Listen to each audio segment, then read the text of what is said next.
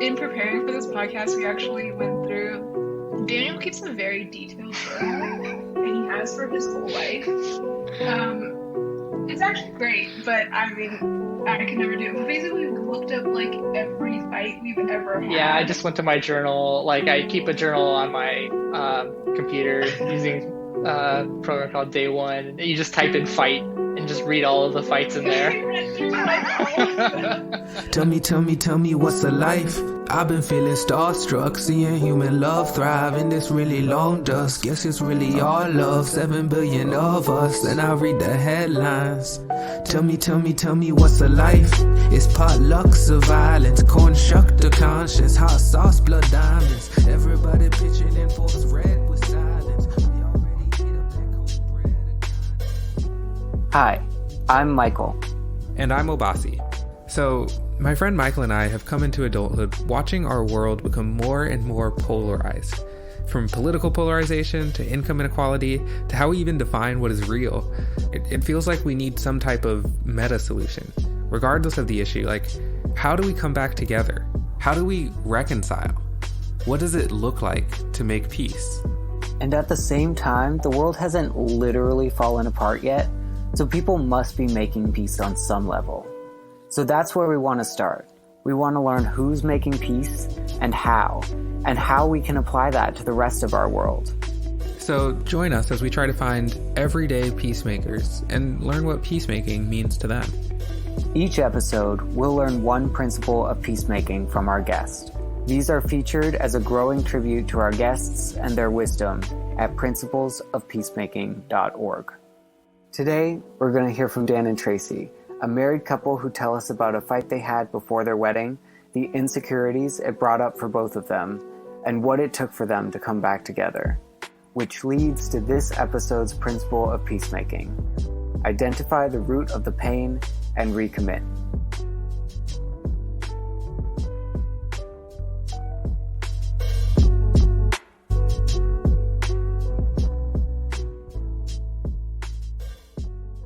Daniel is like the sensitive, responsible one in our relationship. He's probably like the more adult person in our relationship as well. He like does our taxes basically. Yeah, he's also, I guess, like the more forgetful of the two of us. But he's also a really deep thinker, so at night he'll be like lying in bed contemplating his mortality and place in the universe, and I'll be like watching YouTube videos of like dumb things. But we balance each other out. Yeah, Tracey is incredibly creative. Pretty much anything creative, she excels in. She's an amazing designer and is a designer by trade. But then anything else like cooking, incredible. Writing, incredible. Music, so good. Like anything that requires any level of creativity. Like during, like in the beginning of quarantine, she took up quilt making. You know, she's just always looking for some creative outlet and something to do. And she's incredibly talented. She's also very she loves to be happy and she loves being joyful, and it's a lot of fun. Keeps me on edge because she has a very mischievous spirit, and so she likes to do a lot of she likes to prank me quite a bit. But it means there's always a lot of laughter in our house, and we have a very good time together. But it also means that she gets very grumpy if anything happens that kills the positive vibe. So like if I do anything that upsets her, mood drops very, very fast, and it's very hard to pull out of it. But because she loves writing the positive vibe and keeping things happy and cheerful. And so, but yeah, she bounces me out a lot. Like as Tracey said, sometimes I kind of get lost in my own head and get trapped in negative thinking or something like that. And Tracey's really good at pulling me out of it. So we balance each other out really well. In preparing for this podcast, we actually went through. Daniel keeps a very detailed journal, and he has for his whole life.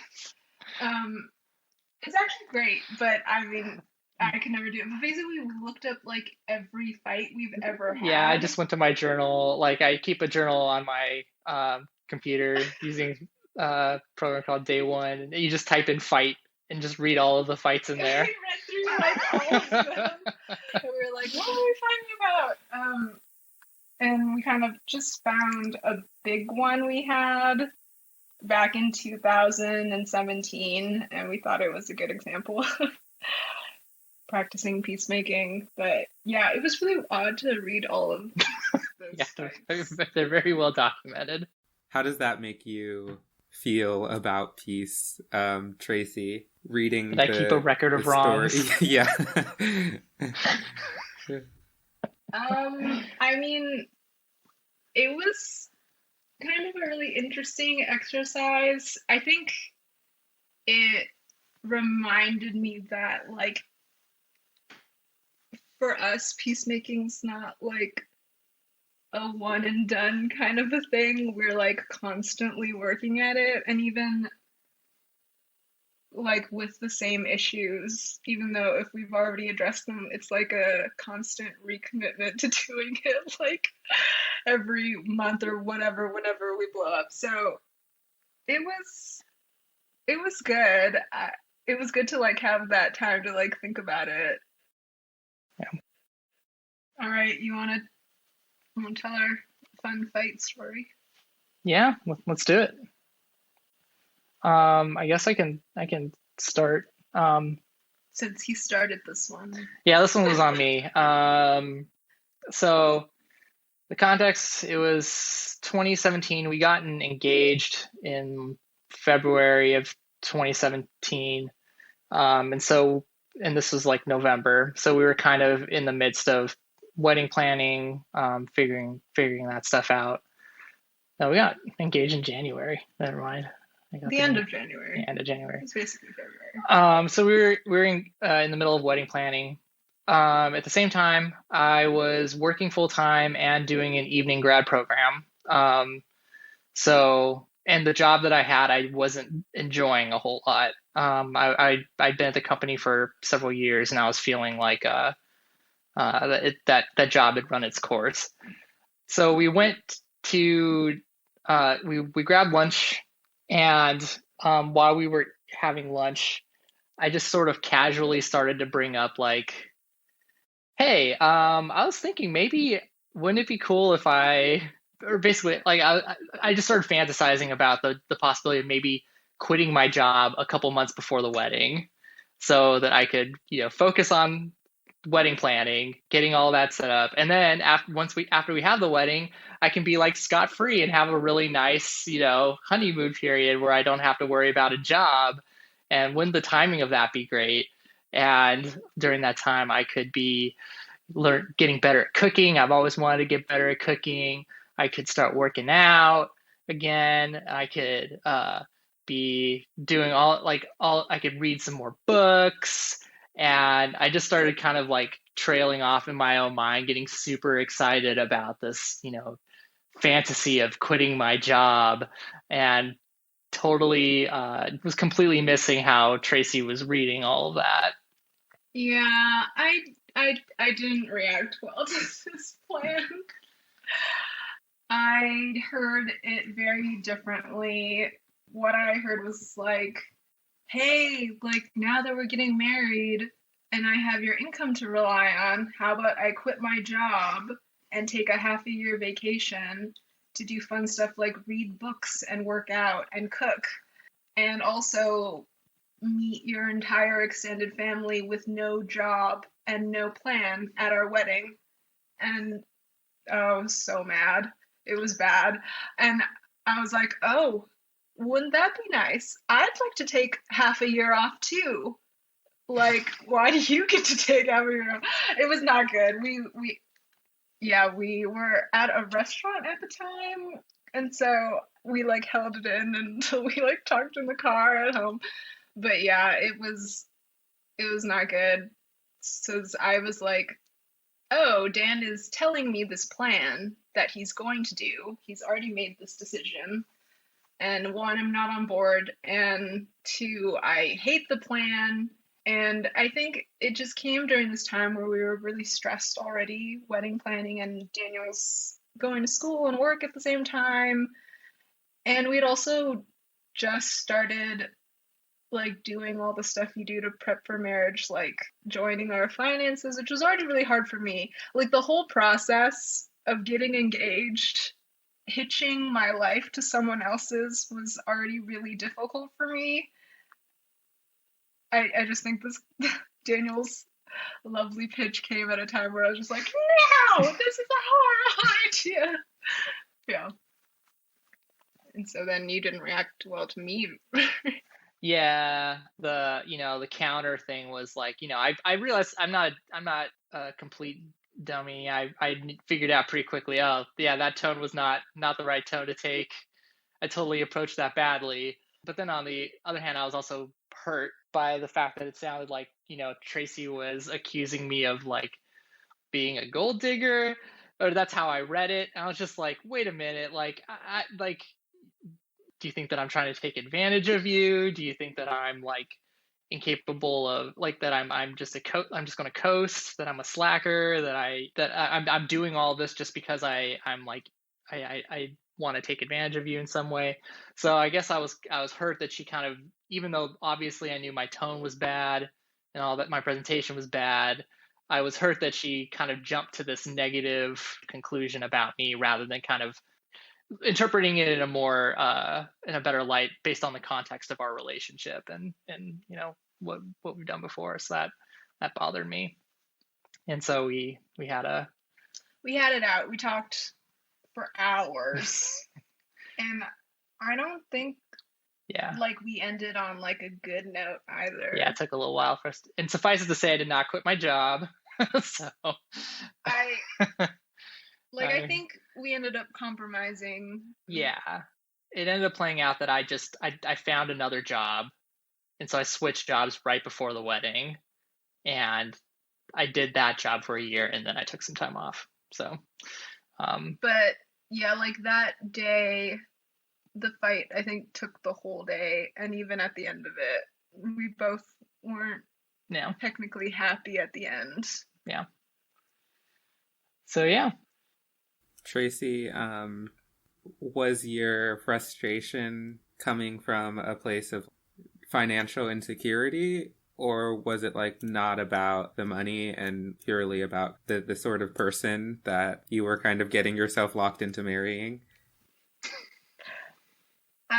I think it was two things. I think part of it was I had never been financially responsible for another human besides myself before, and I think in that moment I was kind of freaking out about that, because even growing up, like I grew up in like a 2-income household, like both my parents worked, and so I think it was just new, which always scares me. So that was like terrifying. And then the way Dan presented it was that this was his plan and it had already been decided. And so I think that was a big part of what I reacted poorly to and what we ended up like talking about.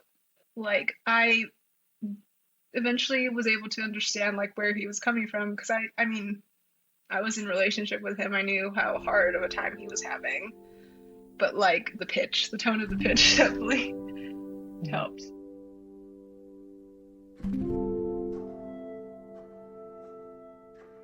So you said you both didn't feel great about it. Where did you end it? It's basically how a lot of our fights ended. Our fights definitely follow a pattern. I think they have gotten better now since we are trapped together 24/7, and we've gotten a lot more experience working it out.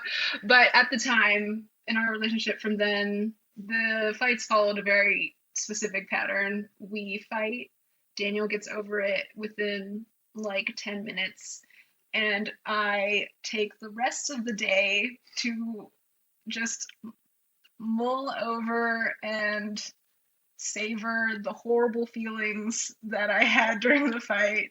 And so while I might like have resolved whatever issue we had, for me the emotions take a lot longer. And so I think even though we like reached a compromise and we're technically like okay, I was definitely like not emotionally there yet to be like, all right, we're ready to Yeah. be happy together again or something like that. Yeah, a lot of our fights, we can talk it out and kind of verbally, figure out what the issue is, but kind of getting back on the same page, and it kind of depends on when Tracey decides to accept me back um emotionally, and that sometimes that just takes a while, and all I can do is try to be very nice. I think in our particular conflicts, in the way that we are, like, we feel similar about peacemaking, but it's different, is for me, peacemaking is a lot of letting go of all of those, like, horrible emotions that feels really good to, like, cling on to. And it's been a lot of growing, like, being in this relationship and being able to be like, while it feels really good, it's not worth it. And I have someone here on the other side who is just like patiently waiting for me to like return to him. And if I just like let it go and like choose to reconnect with him, the fights are over much more quickly and we can like move on. And what are those emotions that need to be let go? Does it depending on what just happened, or is there a pattern of what those negative emotions are? I mean, the surface level is just the anger emotion, obviously, but I think just any of that like hurt that was involved in the fight, whether it's like him making me feel unsafe or feel devalued in some way, I just like to hold on to those and like use them to like hurt Daniel and be like, I'm still angry at you. What you did really hurt me. So I'm going to make you suffer for the rest of the day or however many hours this lasts. Because you might be over it, but I'm not. And so I think through our fighting relationship, like especially reading through all the fight journals, I think the time for me to bounce back has gotten shorter as I am like, one, more cognizant of my like cycle, and two, more aware that like what Daniel says, I sometimes lack approaching the conflict with the context of our relationship and like the fact that Daniel loves me and like all these good things. I like check out the door as soon as we start fighting and I'm like, you're the worst, of course you want to hurt me. So I think returning to that helps shorten my time of just like ruminating in the feelings. What makes you want to return to peace, Tracey?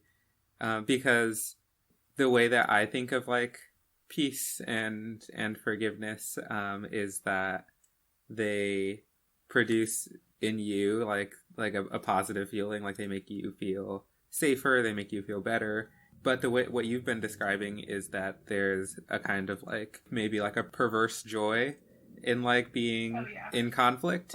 And so why is that perverse? Like, why do you think of that as like something that you need to escape from? Like what compels you to leave that behind and move into a peaceful relationship with Dan?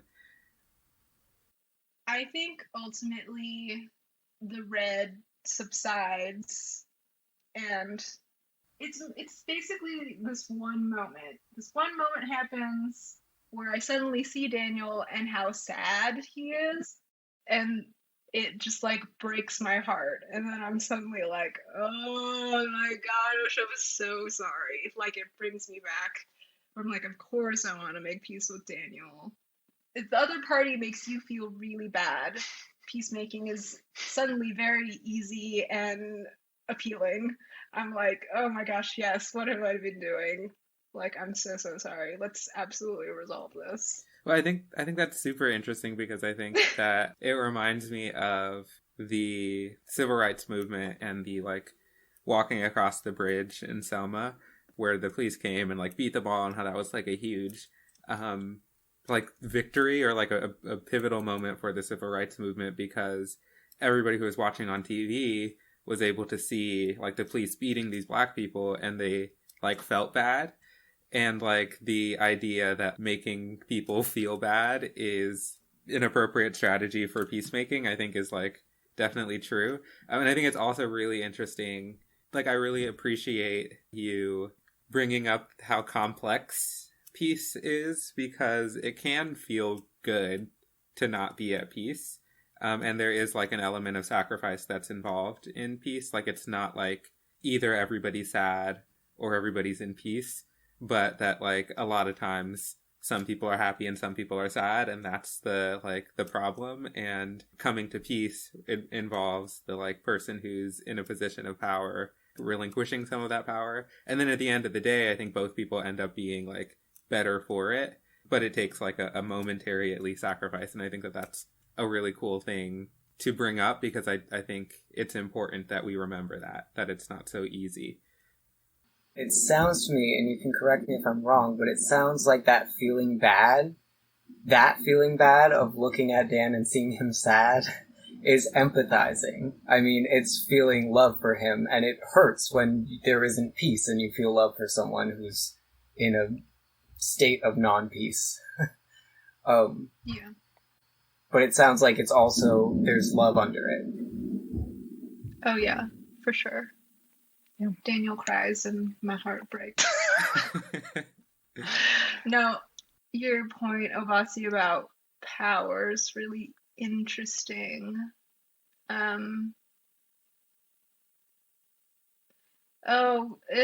It makes me feel not great. I'm gonna be honest, but yeah, you're absolutely right. That is exactly what I'm doing. Like, in the moment of rage, I am definitely wielding my, like, I'm the angriest, so I get to be right and like drag this fight on for as long as I want, and you just get to sit there and deal with it until I calm down. So yeah, I had never really thought about it that way. I'm ashamed to admit. Yeah, but I don't think it's like, I mean, of course it's not, I don't think it's something to necessarily be ashamed of, because I think what you're saying is that you, when Dan made this decision and it felt like he had made this kind of unilateral decision that really affected you, you felt like a lot of power was taken away from you. And so you felt very powerless. And so your response is to try to gain power, which makes sense because you feel like Dan has just like stripped you of power. And so you are like, you're retaliating against what has happened to you. And so sure, it's not like great, but there is a sense to it. And it's coming from a place of trying to protect yourself, not from a place of trying to hurt Daniel.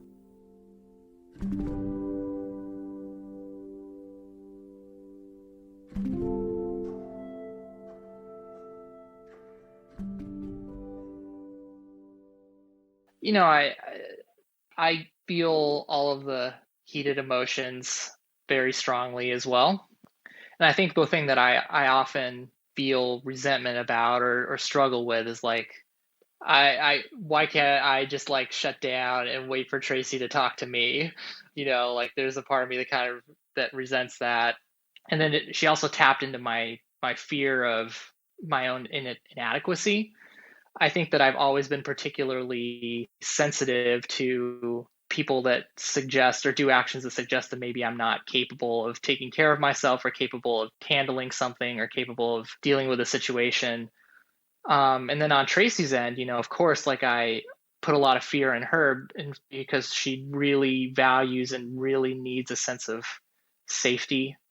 She gets very triggered when anything kind of blows through that can put that at risk and put her sense of safety and security at risk. And then I think also she felt great hurt that I went in suggesting that like, yeah, that, you know, now I'm getting access to your income. I can kind of just coast and felt like I was almost taking advantage of her, taking advantage of her financial situation, taking advantage of her money and kind of running in that way. So it's helpful for me to kind of try to stop and think about it that way, because I think that a lot of negative emotions can be boiled down to fear and hurt. And then once I do that, it makes it a lot easier for me to kind of make peace within my own self and then start trying to like make peace with Tracey. But I I usually get there. 10 minutes is a huge exaggeration. It usually takes me at least like a half hour, 45 minutes to kind of like cool down enough to be able to get there. But then, yeah, the process usually at that point is trying to verbalize all of this to her and try to get from her, like understand from her, like whether I understand correctly what she's feeling, or like try to get her to explain to me what she's feeling. One thing I think is really interesting about that is how you guys have both described it as kind of like cyclical, that like this is just what happens every time, and it takes like maybe a half an hour to 45 minutes, maybe a few hours or the rest of the day, but it's like the same process every time. And I think it's interesting because you would think that that's something that you could then be like, oh, this is what happens every time. I just do X, Y, and Z, and then like there's no conflict anymore. Like I can get this down to like 3 minutes or whatever. Right. You would think, but I think that like it's way more complicated than that, because like in the moment there's just like a lot of work that has to be done. But I also think that there are ways in which you can like, you know, improve your kind of self-awareness in that process and maybe like make it happen faster. But it's also like, it's just interesting that this isn't something that like that you can just kind of wave away with logic or whatever. Like these are like emotions and like things that have to process through your mind and body over time. I've tried to speed up the process and it doesn't work, because usually what happens is, you know, like sometimes I just get annoyed that we're fighting at all. I'm just like, this is dumb. Why are we even doing this? This is such a minor thing. And then I'm just like, okay, I'm just going to almost like fake that I'm over it just because I really want to be over it. But I'm going to pretend that I'm sorry when I'm not actually, and I'm just going to pretend that I feel really bad, even though I don't, just because I like want this to be done with, and I'm so frustrated with it. And that doesn't work. And it doesn't work unless you actually like stop and do the work and like actually process it. When you just try to fake that you've done it and fake that you've processed it, it just like you can't trick your body, or at least I can't trick my body, and it shines through. Like when I try to talk to Tracey and try to pretend that I'm sorry, and pretend that I've like, you know, like I've done this, it just doesn't work. Like you have to actually like go through it. And yeah, and I think that, you know, what you're saying, Michael, about like the thing that draws you together, love, it's important. I mean, I think that like it's hard to work up the will to do it for somebody that you don't care about. If somebody makes you mad but you don't care about that person, you're not going to try to reconcile. But when it's somebody that you really do care about and someone that means a tremendous amount to you, you put in the work to get there. Yeah, I mean, we made a promise to be in each other's lives forever, so definitely gotta work it out.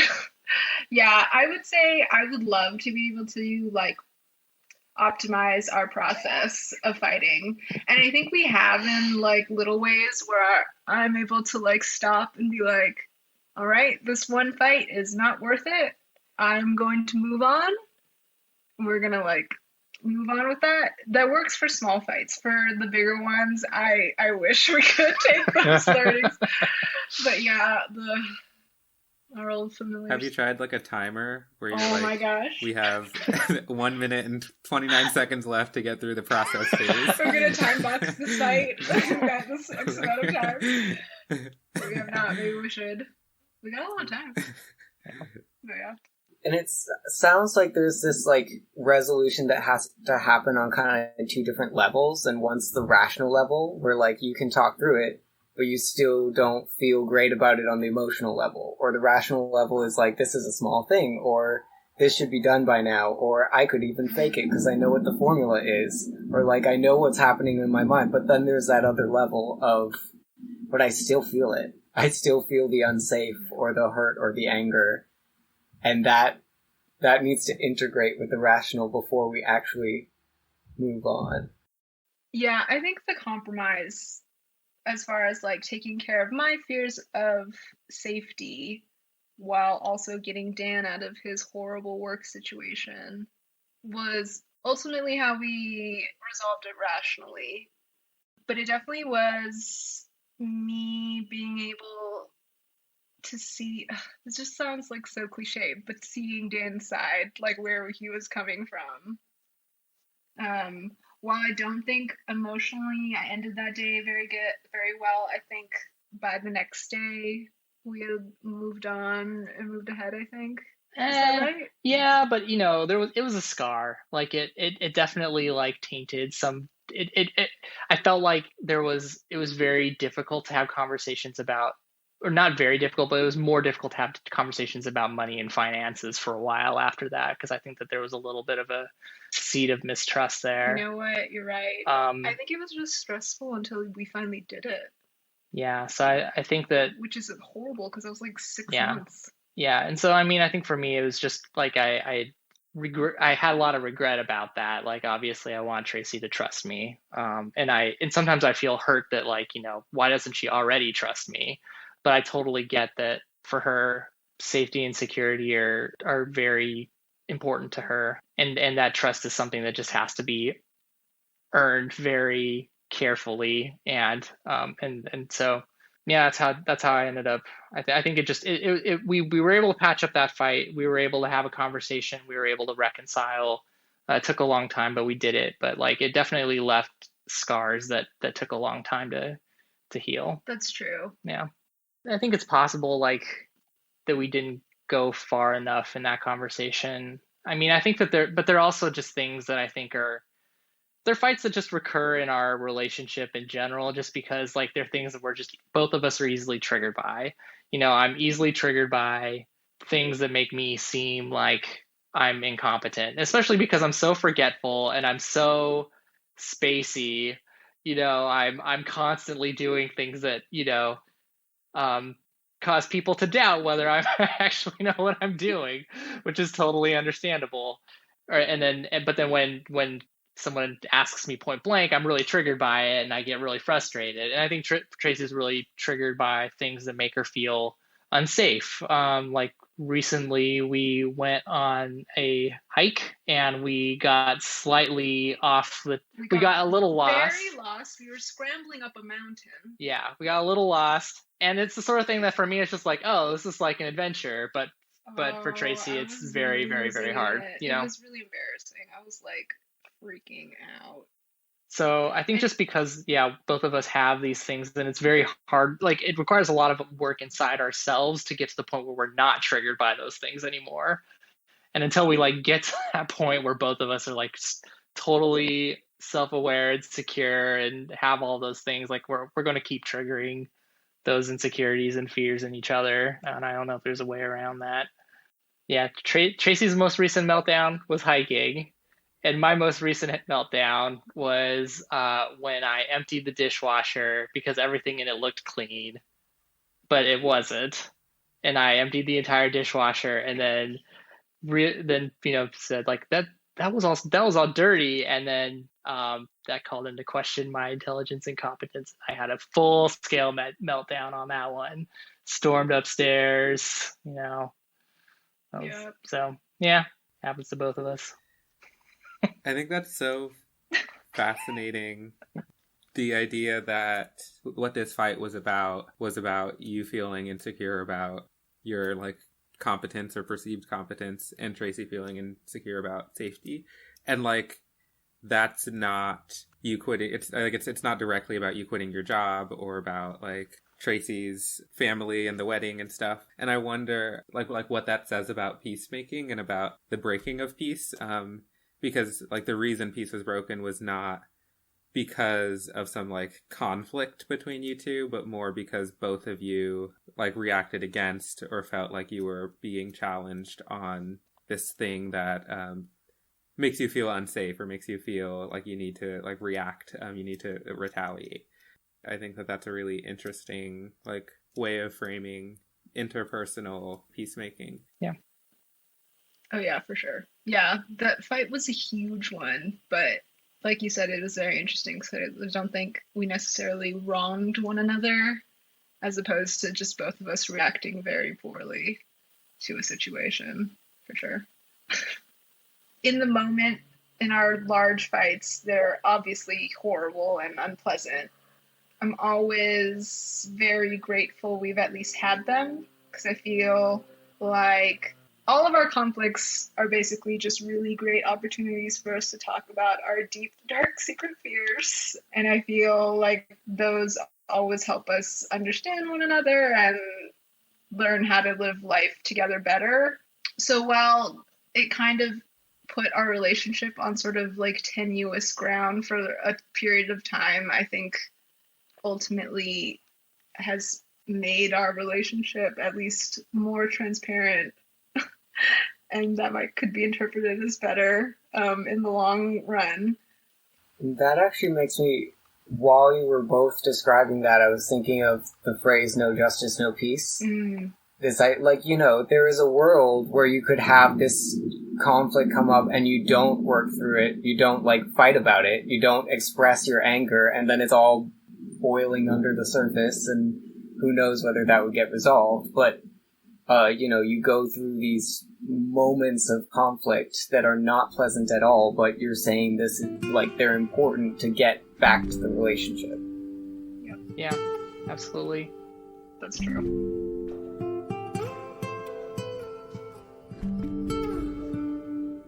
What does this story mean about peace to you?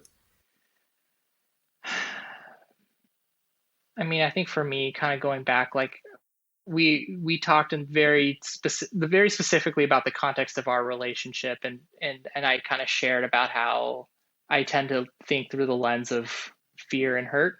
I mean, I think that's kind of how I tend to try to process bigger things that are happening in the world too. Sometimes maybe it's a little too reductive, but it's really hard to know what the path towards peace is. It's obviously extremely complex, but there has to be, I think, a real reckoning and a real reflection on what's happening and the soul of everybody involved that's causing these conflicts and causing these tensions, and what are the things that built that over centuries.